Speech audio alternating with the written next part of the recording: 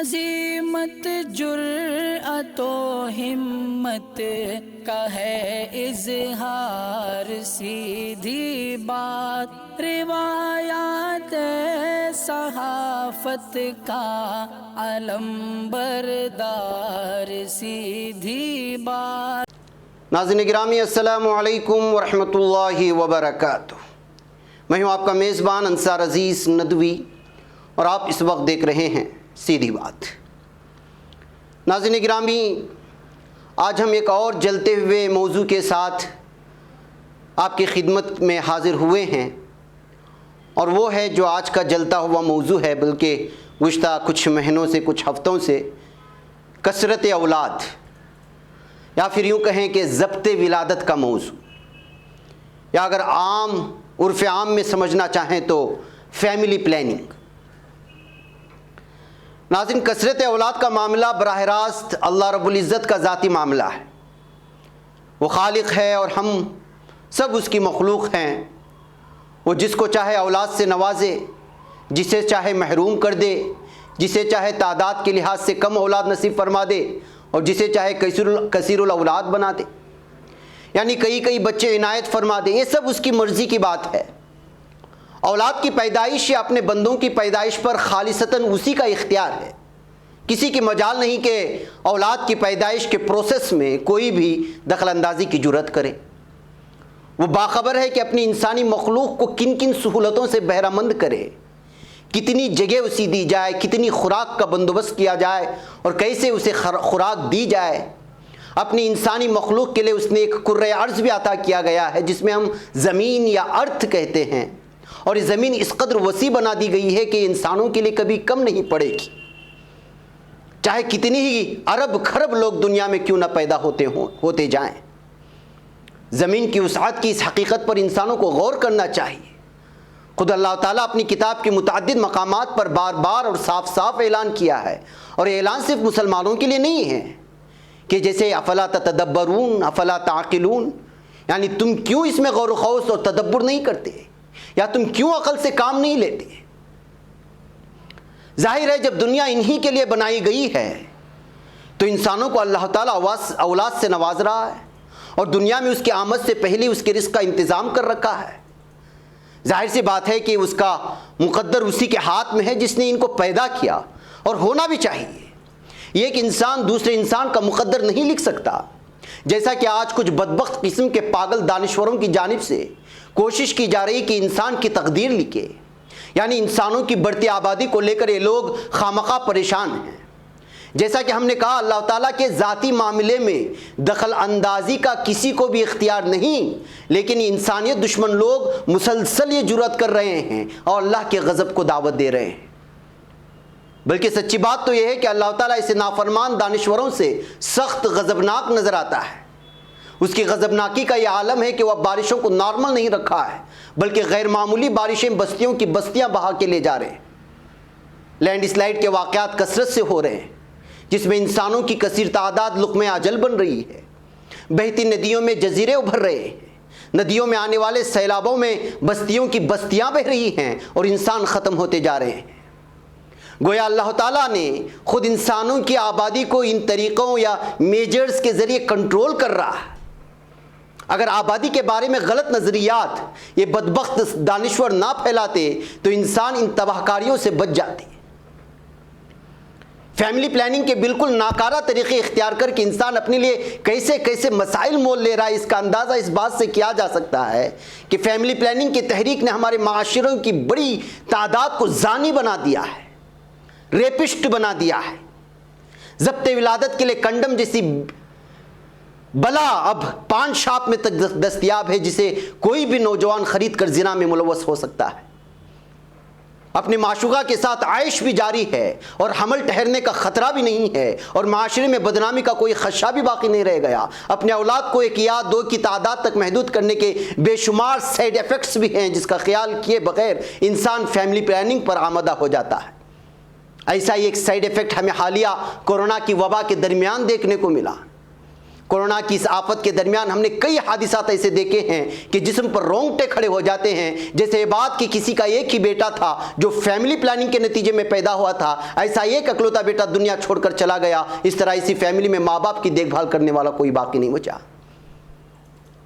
آج family planning کے چکر میں لوگ اپنے اولاد کی تعداد کو محدود کرنے میں لگے ہوئے ہیں اور اپنے مستقبل کو رسک میں ڈال رہے ہیں۔ یورپی ممالک میں تو حال یہ ہے کہ ایک یا دو بچے پیدا کر لیتے ہیں، اور یہ بچے پھر جب بڑے ہو جاتے ہیں تو ہوتا کیا ہے، یا تو ان میں سے بہت کم اپنے ماں باپ کے وفادار خدمت گزار بن کر رہتے ہیں، اور زیادہ تر اولاد اپنے ماں باپ کو اپنے گھر سے نکال باہر کرتی ہے یا خود انہیں چھوڑ کر چلی جاتی ہے اور زندگی بھر لوٹ کر نہیں آتی، نہ ان کی کوئی خبر لیتی ہے۔ ایسے موقع پر انہیں پچھتاوا ہوتا ہے کہ کاش ہم نے فیملی پلاننگ نہ کی ہوتی، کاش ہماری ایک سے زائد اولاد ہوتی اور ان میں سے کوئی نہ کوئی ایک تو ضرور ہمارے کام آتا اور ماں باپ کی خدمت کی اہمیت کو سمجھتے ہوئے ہماری دیکھ بھال کرتا۔ ناظرین گرامی، صرف فیملی پلاننگ سے دنیا کی ترقی کبھی نہیں رکی، نہ آئندہ کبھی رکے گی۔ یہ فطرت اللہ ہے، اور فطرت سے جب جب بھی کوئی فریاد یا قوم کھلواڑ کرتی ہے تو اللہ کا عذاب لازمی بن جاتا ہے، اور یہ عذاب برپا ہو کر رہتا ہے۔ انسان نے فطرت کے خلاف جب بھی بغاوت کر دی، اللہ کا عذاب ضرور آیا، اور جب یہ آتا ہے تو اس کی لپیٹ میں اچھے اور نیک لوگ بھی آ جاتے ہیں، کیونکہ وہ بھی اس تباہی کے ذمہ دار گردانے جاتے ہیں، کیونکہ انہوں نے اپنی وہ ڈیوٹی نہیں نبھائی ہے جو ان حالات میں انہیں نبھانی چاہیے تھی، اور وہ ڈیوٹی یہ تھی کہ انہوں نے اپنے ساتھ بسنے والے لوگوں کو فطرت کے خلاف بغاوت سے نہیں روکا تھا اور اللہ کے عذاب سے نہیں ڈرایا۔ اس فیملی پلاننگ کے نتیجے میں آج حالات یہ ہیں کہ کئی علاقوں میں تعداد کے عدم توازن کی وجہ سے لڑکیوں کو لڑکے نہیں ملتے اور لڑکوں کو لڑکیاں نہیں ملتی۔ تعداد میں موجود یہ بھاری عدم توازن اسی فیملی پلاننگ کا نتیجہ ہے، یعنی دوسرے الفاظ میں کہا جائے تو یہ فطرت سے لڑنے کا نتیجہ ہے۔ پھر ہم ہندوستان کے تناظر میں دیکھتے ہیں تو معلوم ہوتا ہے کہ ہمارا معاشرہ طبقات میں بٹا ہوا ہے، علاقوں میں بٹا ہوا ہے، ذات پات میں بٹا ہوا ہے۔ معاشرے کی تقسیم شادیوں کو مشکل بلکہ پیچیدہ بنانے کا باعث بنی ہوئی ہے۔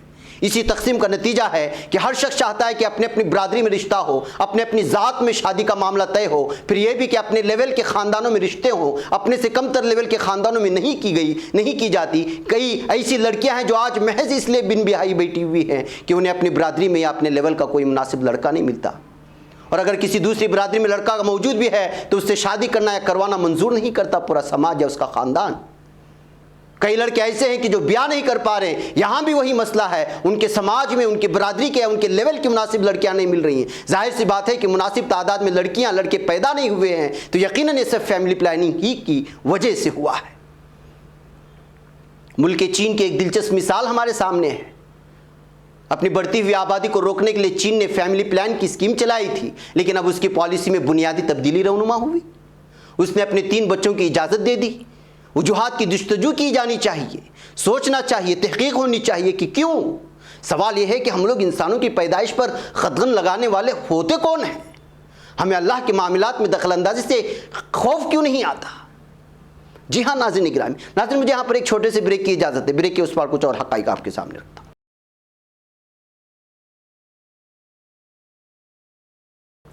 ناظرین گرامی، استقبال ہے سیدھی بات کی انوکھی محفل میں۔ ناظرین، بعض لوگ کہتے ہیں کہ زیادہ بچے پیدا ہوں تو ترقیات کی رفتار دھیمی ہو جاتی ہے یا بالآخر رک جاتی ہے۔ بعض لوگ یہ بھی کہتے ہیں کہ زمین انسانوں کی آبادی کو اکاموڈیٹ کرنے کے لیے کم پڑ گئی ہے یا تنگ ہو گئی ہے۔ آئیے اس خام خیالی پر غور کرتے ہیں۔ آپ پورے کرۂ ارض کا جائزہ لیجیے، زمین کا رقبہ معلوم کیجیے تو یہ حقیقت سامنے آئے گی کہ زمین کا رقبہ 510.1 ملین مربع کلومیٹر ہے۔ اس کا 29.2% حصہ خشک براعظموں اور جزیروں پر مشتمل ہے اور بقیہ حصہ پانی سے بھرا ہوا ہے، یعنی 148.9 مربع کلومیٹر لینڈ ایریا ہے، اور خشک زمین کا 3% حصہ انسانوں نے اپنے آبادیوں کو بسانے کے لیے استعمال کیا ہے۔ اندازہ کیا جا سکتا ہے کہ ابھی کتنی زمین انسانوں کی آبادی سے خالی ہے۔ آپ دیکھیں گے کہ کھربوں ایکڑ زمین ویران پڑی ہوئی ہے۔ ان میں جنگلات ہیں، ندیاں ہیں، آبشار ہیں، پہاڑ اور میدانی علاقے ہیں۔ کل ملا کر یہ دعویٰ جھوٹا ثابت ہوتا ہے کہ زمین انسانی آبادی کے لیے تنگ ہو گئی ہے۔ سوچئے کہ آخر زمین کیسے تنگ ہو سکتی ہے؟ کیا اللہ نہیں جانتا کہ اس کی مخلوق کے لیے اس کی زمین میں کتنی وسعت چاہیے، یا انسانوں کی آبادی کے لیے کتنی زمین درکار ہے؟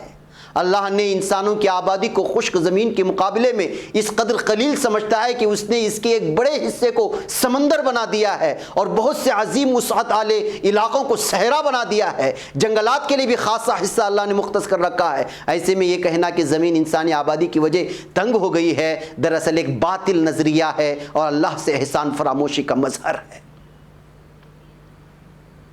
ناظرین گرامی، اصل بات ہے کہ آج انسان سکون قلب و ذہن کی تلاش میں شہروں کی طرف بھاگ رہا ہے.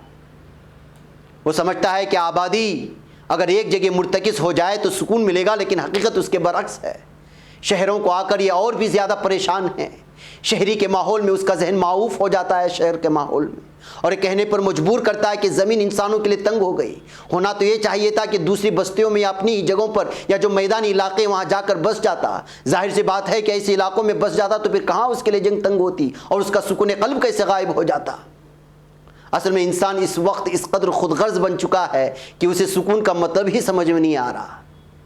ترقی اور عیش و عشرت کی زندگی کی لت میں اس قدر ڈوبا ہوا ہے کہ وہ محض عیش کے قاتل اس شہروں کی جانب دوڑ رہا ہے. نتیجتاً شہروں میں آبادی بڑھتی جا رہی ہے. اگر آپ دیہاتوں میں جائیں گے، اضلاع میں جائیں گے تو بہت بڑا علاقہ آپ کا منتظر نظر آئے گا. یہ سب کے سب انسان کے لیے بنائے گئے ہیں. اسی لیے اللہ تعالیٰ قرآن میں کہتا ہے کہ یہ ساری چیزیں ہم نے تمہارے لیے بنائی ہیں، تم ان کا استعمال کرو، مگر صحیح استعمال ہونا چاہیے. ہمارا حال یہ ہے کہ ہم جگہ کا استعمال بھی فطرت کے تقاضوں کے مطابق نہیں کرتے. ہم ایک جگہ مرتکز ہو کر بہت ہی تنگ ماحول میں زندگی گزار رہے ہیں. اس کے نتیجے میں کئی کام فطرت کے خلاف ہو رہے ہیں. سب سے خطرناک نتیجہ یہ ہے کہ جنسی عدم توازن پیدا ہو رہا ہے. بعض علاقوں میں ایک عجیب قسم کی بیماری پھیل گئی ہے جسے ہم جنس کی وبا کہتے ہیں، جس میں لوط علیہ السلام کی قوم مبتلا ہوئی تھی اور جس کے سبب وہ عذاب کا ہدف بنی تھی. اور عذاب یہ تھا کہ ان کی بستی کو آسمان پر لے جا کر زمین پر الٹا پٹخ دیا گیا تھا. اس بیماری سے آج کی نوجوان نسل گزر رہی ہے اور اپنے لیے تباہی کی دعوت دے رہی ہے. آزادی کے نام پر فطرت کے ساتھ اس قدر کھلواڑ کیا جا رہا ہے کہ ہم جنسی جس کو ہومو سیکشولیٹی کو قانونی حیثیت دی جا رہی ہے، یہ سارے حرام کام اس لیے ہو رہے ہیں کہ بڑے پیمانے پر فطرت کے قوانین سے انسان جنگ لڑ رہا ہے. اور اس کا سب سے بڑا مظہر منحوس فیملی پلاننگ کا عمل ہے. من جملہ جدید معاشرہ اچھائیوں سے خالی ہو گیا.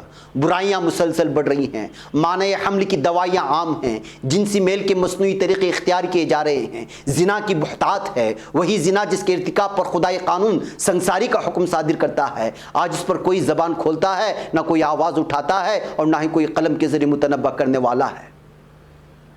انسانی آبادی کی بڑھوتری سے اس دنیا کے دولت مند ترین لوگوں کو اتنی نفرت ہو گئی ہے کہ اب انسانوں کی آبادی کو ختم کرنے کے نت نئے طریقے ایجاد کر رہے ہیں.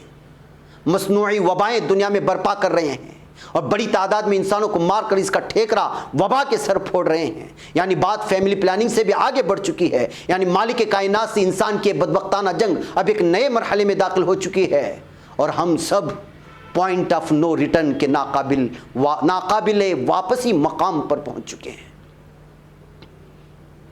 تباہی کے اس خطرناک دور میں اگر اللہ کے کچھ بندے بھی بولنا شروع کر دیں گے تو ان کے سر میں سر ملانے والوں کی تعداد بڑھتی چلی جائے اور ممکن ہے کسی دن انسانوں کو ہوش آ جائے گا اور فطرت سے تباہ کن جنگ بند ہو جائے گی اور زمین امن و سکون کا گہوارہ بن سکے گی. کاش کبھی ایسا ہو. ناظرین، ان امور پر سوچیں اور غور کریں کہ انسانوں کی فلاح کے لیے آپ کیا کچھ کر سکتے ہیں. یہاں ہمارا وقت ہو چلا ہے، مجھے اجازت دیں. السلام علیکم ورحمۃ اللہ وبرکاتہ. پڑھنے کا تم نے بھی عجب انداز پایا ہے، رواداری کے جذبے نے بھی تم پہ ناز پایا ہے. اسی راہ میں محبت کا حسین اعزاز پایا ہے. تمہیں ہر انجمن میں ہم نے تو ممتاز پایا ہے. تمہیں سے ہے ترقی پر عزیز انصار، سیدھی بات عظیمت جرأت و ہمت کا ہے اظہار.